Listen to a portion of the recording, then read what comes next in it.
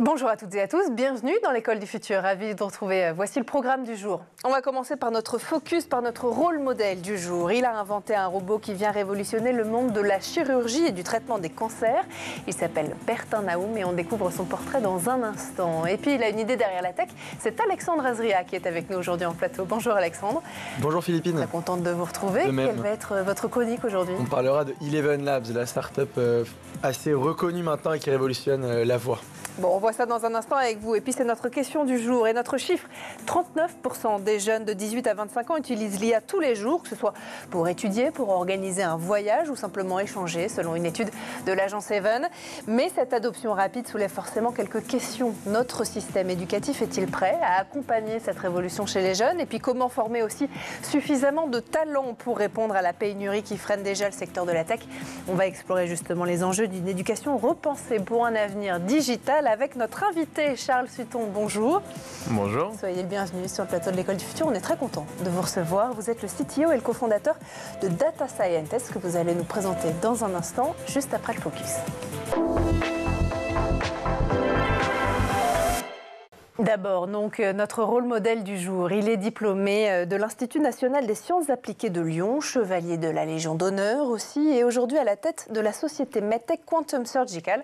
Le parcours de réussite de Bertin Naoum n'a pourtant jamais été une évidence, vous allez le voir dans ce focus du jour qui nous est présenté aujourd'hui par Jean Martineau.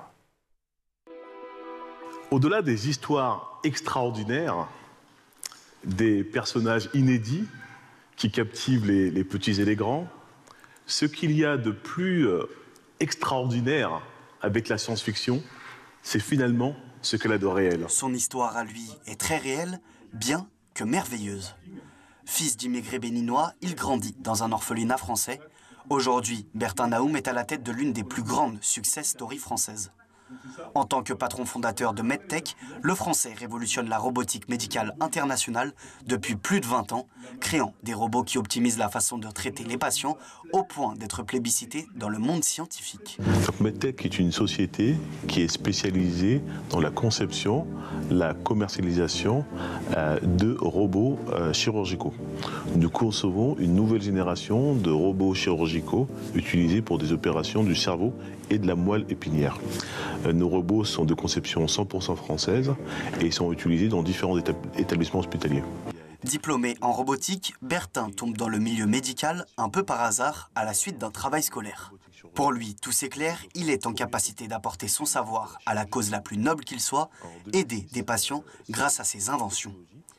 Il se spécialise donc après ses études dans le monde de l'high-tech médical et en 2002, il lance sa propre boîte et crée son premier robot spécialisé dans la chirurgie du genou. La technologie est rapidement rachetée par un grand groupe américain et le Français réinvestit donc cet argent dans la conception d'un nouveau robot. Aujourd'hui, il y a un réel momentum de ce qu'on appelle la robotique chirurgicale qui commence à être de plus en plus reconnue comme étant un outil absolument indispensable dans l'évolution de la chirurgie, tout simplement parce que les robots sont en fait des outils intelligents qui vont assister les chirurgiens dans ce qu'on appelle la chirurgie moins invasive, c'est-à-dire notamment au travers d'incisions plus petites.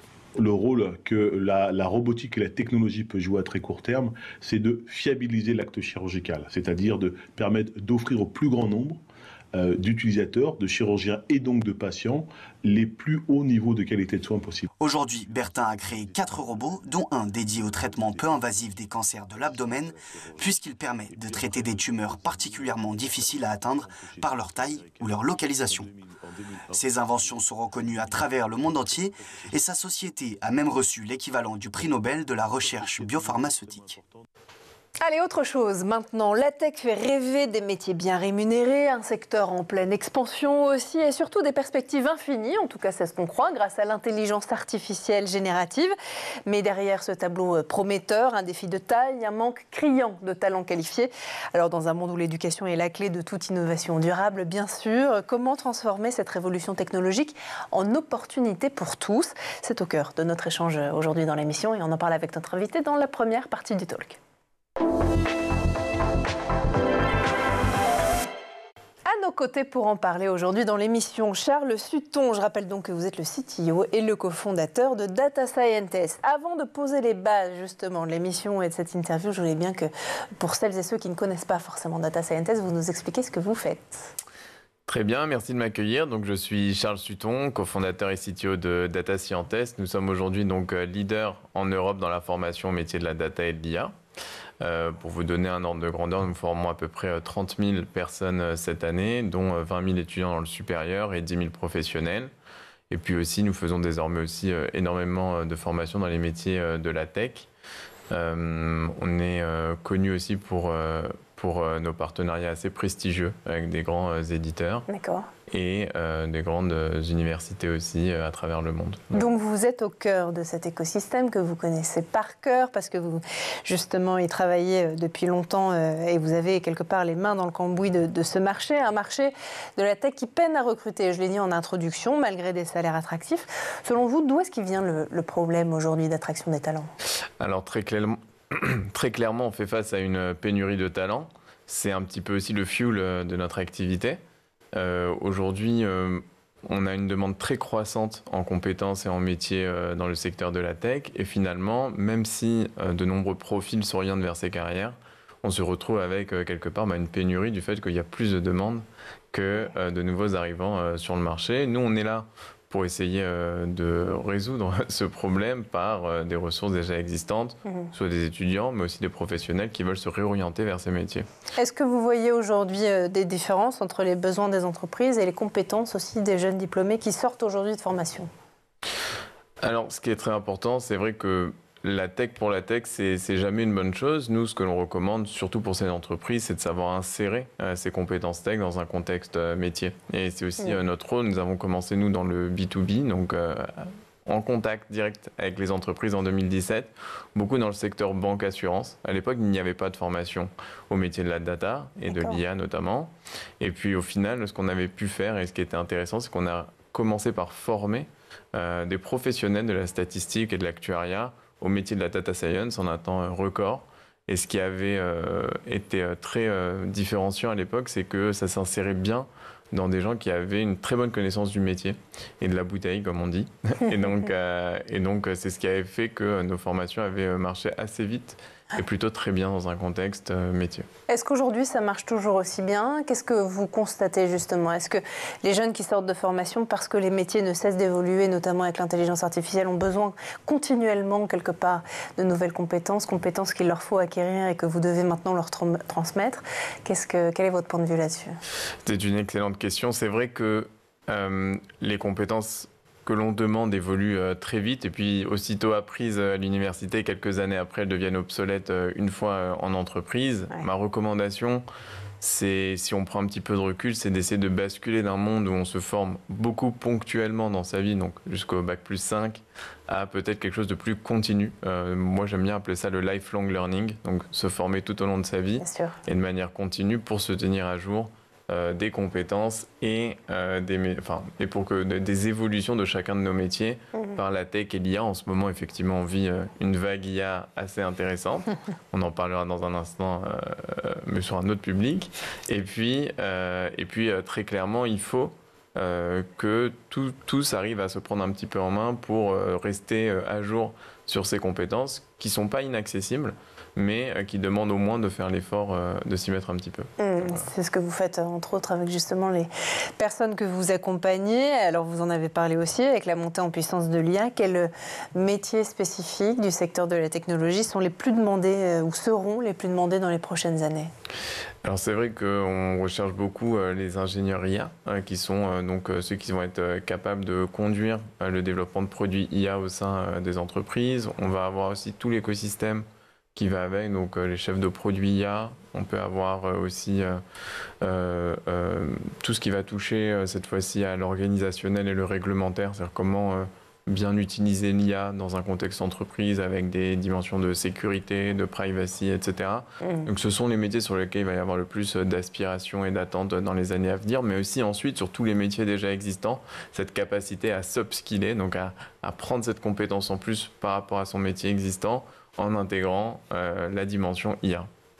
La tech est encore majoritairement masculine aujourd'hui. Pourquoi, selon vous, ce déséquilibre persiste-t-il encore aujourd'hui? Et est-ce que vous voyez des améliorations, vous qui êtes au cœur de ce système, de ce marché, de ce secteur, pour justement une sorte de parité femmes-hommes dans le secteur? C'est une excellente remarque. C'est vrai qu'aujourd'hui, les profils de la tech, si on remonte le problème d'un cran et que l'on cherche à deviner les causes, viennent souvent aussi des écoles d'ingénieurs qui souffrent aussi de ce même problème de masculinité. Je pense que c'est des apprentissages qui, très tôt, on doit effectivement enseigner dans les écoles sur la sensibilisation, que ce soit à ces compétences ou à ces métiers, au plus grand nombre. J'ai pas la solution au problème en tant que tel absolu, mais déjà commencer par de la sensibilisation et puis aussi un appétit pour ces métiers auprès, j'allais dire, du public féminin pourrait aider. Dans un second temps, nous, ce que l'on observe chez Data Scientist, qui est sur un public qui est souvent des profils qui veulent donner un boost à leur carrière professionnelle ou faire améliorer, changer la trajectoire de leur carrière, on a plus de parité. Alors, on n'est pas encore au 50-50, mais on est sur quelque chose qui est dans un entre-deux, en ce que l'on observe en sortie d'école d'ingénieur et ce que l'on peut espérer à terme. Ça, c'est intéressant, ça. Comment ça s'explique, justement? Qu'est-ce que vous voyez, qu'est-ce que vous constatez? Est-ce que c'est justement des efforts que vous avez mis en place en interne, quelque part, qui font que, à terme, plus on met d'efforts, plus ça marche et l'impact concret, il existe aujourd'hui? Ou est-ce que vous voyez, de manière plus générale, des signes encourageants dans le secteur de la tech pour une meilleure représentation féminine au sein de ces métiers? Alors, on a plusieurs signaux encourageants, effectivement. Le premier étant que, du fait de la pénurie, on arrive à avoir naturellement cette aspiration. Après, c'est peut-être un parti pris, mais pour se reconvertir, il faut un peu de courage et c'est peut-être une qualité qu'on retrouvera peut-être plus chez la gente féminine et donc c'est pour ça aussi qu'on arrive à observer. Nous, dans notre communication, on fait extrêmement attention à mettre en avant des profils issus des diversités, notamment des profils qui permettent la parité, pour les rassurer quant au fait que ça peut aussi leur correspondre, ces trajectoires de carrière. D'accord. Et puis, dans un dernier temps, on évolue, nous, beaucoup dans un écosystème entreprise. Et ces entreprises aussi nous aident beaucoup en mettant en place des dispositifs et des initiatives dans leur sourcing des profils qui vont former. Donc, c'est la raison, à mon sens, pour laquelle on arrive à faire mieux que la sortie d'école. Donc, voilà. Vous dites justement, on arrive à faire mieux. Est-ce qu'aujourd'hui, au sein de ce marché de la tech, du numérique, est-ce qu'il y a des secteurs ou alors des entreprises qui, justement, montrent l'exemple, si on devait en mettre en avant? Oui, moi je pense, parmi les clients avec lesquels on travaille, à de nombreux exemples. Je pense à l'entreprise Orange, par exemple, qui met beaucoup en avant donc, les profils féminins dans leur capacité justement à monter en puissance sur les secteurs de la tech. On a aussi, alors j'ai peur de ne pas citer tous mes clients qui vont m'appeler à l'émission. C'est pas le but. Mais plus sérieusement, ça c'est vrai que c'est un exemple assez marquant que l'on a d'entreprises avec lesquelles on arrive vraiment à monter en puissance dessus. Faire changer les mentalités, et comme quoi c'est la preuve aussi que ça marche et justement que peut-être la route est que c'est en route justement. On va continuer à en parler ensemble si vous voulez bien, Charles, dans un instant. Plaisir. Avec plaisir. Bon, génial. D'abord, on fait un petit tour du côté de la planète tech. D'abord, donc, images et vidéos, c'est le Zap, c'est le meilleur d'Internet et c'est toujours l'œil de Jean Martineau.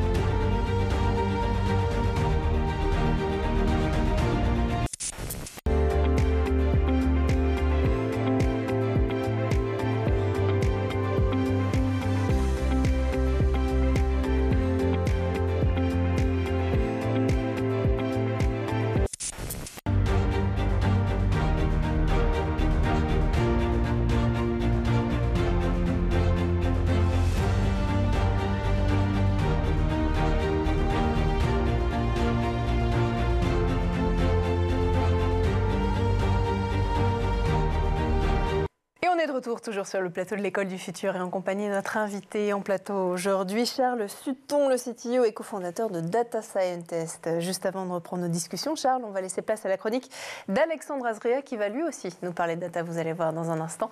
Il a une idée derrière la tech. Votre chronique aujourd'hui, Alexandre, on va parler d'une start-up qui fait beaucoup parler d'elle, Eleven Labs, spécialisée dans la synthèse vocale par intelligence artificielle. Elle vient de lever 250 millions de dollars et atteint rien que ça, et atteint une valorisation impressionnante de 3,3 milliards. Pourquoi cet engouement autour de cette entreprise ? Alors oui, donc Eleven Labs, c'est une des startups les plus en vue en ce moment. Elle s'est imposée comme le leader de la synthèse vocale par intelligence artificielle. Et en gros, c'est une startup qui va être capable de générer des voix ultra réalistes, presque indiscernables d'une voix humaine. Ce qui impressionne, ça va être le niveau de qualité et de naturel de leur voix, justement, qui peuvent être adaptées en plusieurs langues et avec une fluidité assez déconcertante.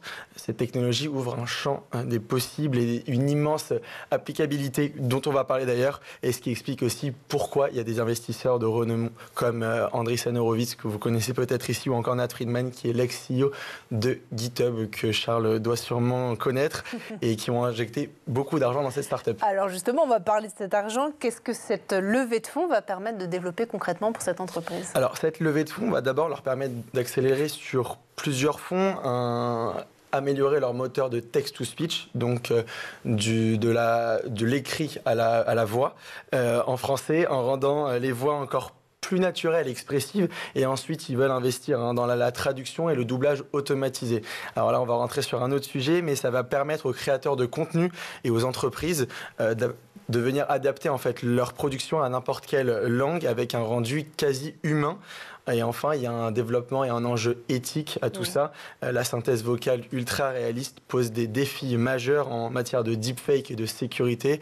On le voit pas mal ici en ce moment. Donc Eleven Labs travaille sur des outils pour venir détecter et limiter les abus de leur technologie. Alors justement, est-ce qu'il n'y a pas un risque que cette technologie soit utilisée pour des deepfakes ou des arnaques vocales si les voix sont bluffantes ? Si, évidemment, c'est un sujet majeur. La synthèse vocale ultra réaliste peut être utilisée à des fins malveillantes, bien sûr, comme des arnaques téléphoniques, du piratage vocal ou encore des fake news audio, parce que oui, ça existe aussi.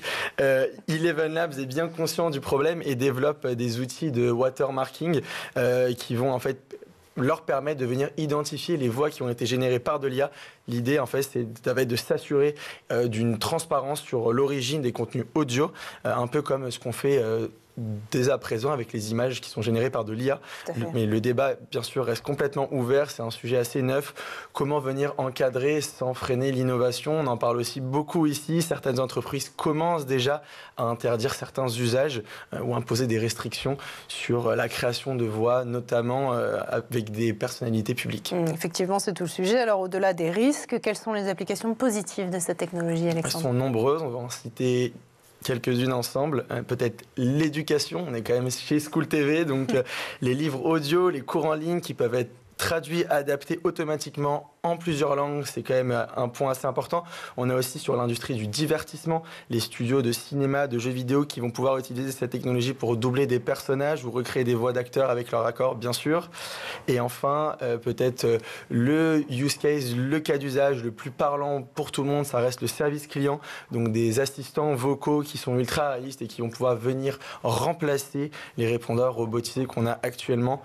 En résumé, tous les secteurs où on a de la voix vont pouvoir voir leur futur complètement changer. Mon Dieu, j'espère que nous, en tout cas, on ne sera pas justement remplacés par des voix. Est-ce que Eleven Labs est la seule sur ce marché ou est-ce qu'il y a d'autres concurrents peut-être ? Il y en a d'autres. Ouais. On a des entreprises comme DeepMind, comme OpenAI avec leur modèle de Voice Engine ou encore Rassemble AI qui travaillent sur des technologies similaires. Eleven Labs a réussi à prendre malgré tout une longueur d'avance et avec une approche qui est focalisée sur la qualité du rendu et la flexibilité de leur usage. Ce qui les distingue aussi, ça va être leur modèle économique. Ils permettent à des développeurs et créateurs de venir utiliser leur API pour intégrer leur technologie vocale directement dans leurs applications, ce qui leur donne un avantage stratégique sur le marché. Avec une valorisation en plus de 3,3 milliards de dollars, Alexandre, est-ce qu'on peut dire qu'ils sont devenus un poids lourd du secteur et est-ce que cette technologie pourrait un jour devenir omniprésente dans notre quotidien ? C'est certain. certains, c'est en train de le devenir au fur et à mesure. Dans quelques années, on pourrait voir cette technologie intégrée dans nos téléphones, nos voitures ou encore nos enceintes connectées. Imaginez un assistant vocal qui ne sonne plus du tout comme un robot, comme on a à présent avec Siri, mais qui pourrait venir s'adapter parfaitement avec votre ton, votre langage ou même peut-être votre humeur parfois.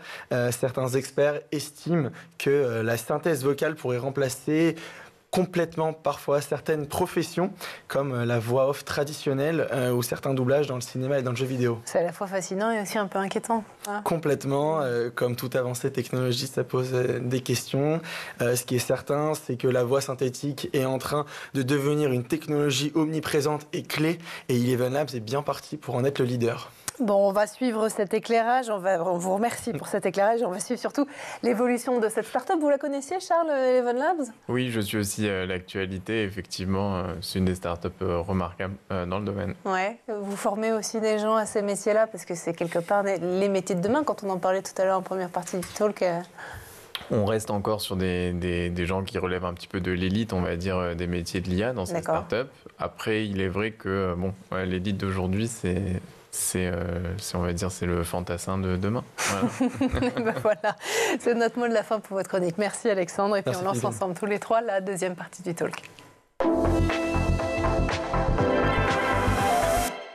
Il est donc toujours avec nous, Charles Stuton, le CTO et cofondateur de Data Scientist. Alors justement, on a parlé d'intelligence artificielle, de data, quelque part aussi de cette révolution des métiers de ce secteur du marché de la technologie avec Alexandre. On l'a fait aussi en première partie du talk avec vous, Charles. Et justement, vous avez parlé à l'instant, Alexandre, de l'impact que pourraient avoir des technologies sur le secteur de l'éducation. C'est une question aussi qu'on peut se poser avec vous, Charles. Quel changement fondamentaux devraient être ou pourraient être apportés au système scolaire pour mieux préparer les jeunes aujourd'hui au métier de la tech, selon vous ? Est-ce qu'on en fait assez, en tout cas aujourd'hui ? Oui, il y a deux dimensions, je pense, dans cette question. La première, c'est qu'est-ce qu'on enseigne peut-être de la tech à l'école, en un certain sens. C'est vrai qu'à mon sens, il faudrait sensibiliser beaucoup les enfants à cet usage. Moi, je ne suis pas de l'avis où il faudrait interdire ou limiter ces usages, mais plutôt d'accompagner les enfants dans l'usage de la tech et de l'IA à l'école. Ensuite, qu'est-ce que l'école peut faire de la tech pour ses enfants? Ça, c'est aussi une autre chose. Mais on peut réfléchir vraiment à toute la personnalisation du parcours des élèves à l'école, que ce soit académique ou para-académique, grâce à la tech et puis désormais grâce à l'IA. Pour vous, c'est ça la prochaine révolution dans le secteur de l'éducation en France aujourd'hui? Oui, je pense qu'on est dans un système qui peut permettre cette personnalisation et en ce sens, on a tous les moyens, du moins, pour permettre cette avancée-là dans une époque où on demande effectivement de la personnalisation sans se démarquer de la société. Alors vous nous dites on a tous les moyens, malgré tout, est-ce que l'éducation, la formation aussi, sont aujourd'hui à la hauteur de la vitesse des évolutions technologiques? Ils sont nombreux, les gens à venir sur le plateau en disant mais on peut faire tellement plus. Et quelque part, il y a tellement d'entrepreneurs qui viennent aussi sur ce plateau et qui proposent des solutions révolutionnaires, qui sont là pour aider les enseignants et les élèves. Et derrière, parfois, on a un peu l'impression que justement, il y a un décalage entre ces solutions technologiques qui existent aujourd'hui et qui sont concrètes et réelles et son application, leur implication dans le système éducatif français. Très clairement, on peut faire plus. Bien sûr, au niveau déjà de l'adoption, on se rend compte que aussi bien chez les enfants, l'adoption est massive. On parle de plus de 34% des élèves qui utilisent quotidiennement des IA. J'ai lu cette stat récemment dans la presse. Pour les professeurs, je pense qu'ils sont finalement un peu en dessous. Donc ça serait intéressant qu'eux sachent adopter les outils qui leur sont à disposition aujourd'hui, mais dans un contexte d'enseignement, bien sûr. Et puis aussi, ce qui est plus important aussi, c'est dans la compréhension. Qu'est-ce qu'il y a dans ces boîtes noires pour savoir finalement comment on accompagne tout le système, que ce soit les étudiants ou les élèves, dans l'usage de l'IA. C'est très très important. J'ai tendance à dire, moi j'aime bien dire ça, que si on devait dire quel bac a passé ChatGPT, il a passé un bac L, attention. Donc il sera plus fort sur des sujets littéraires ou d'histoire-géographie ou en tout cas livresque. que sur des sujets scientifiques ou de sciences dures. Donc voilà, c'est des exemples comme ça sur lesquels on peut accompagner ludiquement des enseignants et des enfants sur l'usage des IA. Vous parliez de boîte noire justement sur la vitesse des évolutions technologiques, sur la technologie et le numérique dans l'éducation. À qui incombe aujourd'hui, Charles, la responsabilité justement de combler ce fossé entre évolution technologique et quelque part rythme de l'éducation nationale aujourd'hui? Est-ce que c'est le ministère? Est-ce que c'est les startups qui doivent s'imposer? Elles essayent de le faire, en tout cas quotidiennement, c'est ce qu'elles viennent nous dire sur ce plateau. Qu'est-ce qu'on peut faire de plus aujourd'hui? C'est une excellente question et je pense qu'ils en discuteront au sommet de l'IA qui a lieu prochainement. Tout à fait. Et puis, écoutez, je pense que effectivement, le ministère a sa part de responsabilité dans au moins se poser la question de l'avenir du système à l'heure de l'IA. Ouais. Et puis effectivement, le rôle des startups et des entreprises, c'est de voir comment elles peuvent contribuer. À mon sens, l'éducation reste quand même un secteur qu'on doit protéger, on va dire, de velléités purement financières et de profit des entreprises, mais dans un contexte quand même où les entreprises sont de plus en plus à mission et de plus en plus RSE, je pense qu'on peut trouver une certaine synthèse dans tout ça et permettre à développer tout un écosystème et un tissu d'entreprise qui pourrait permettre à faire émerger un système plus vertueux grâce à la tech, grâce à l'IA.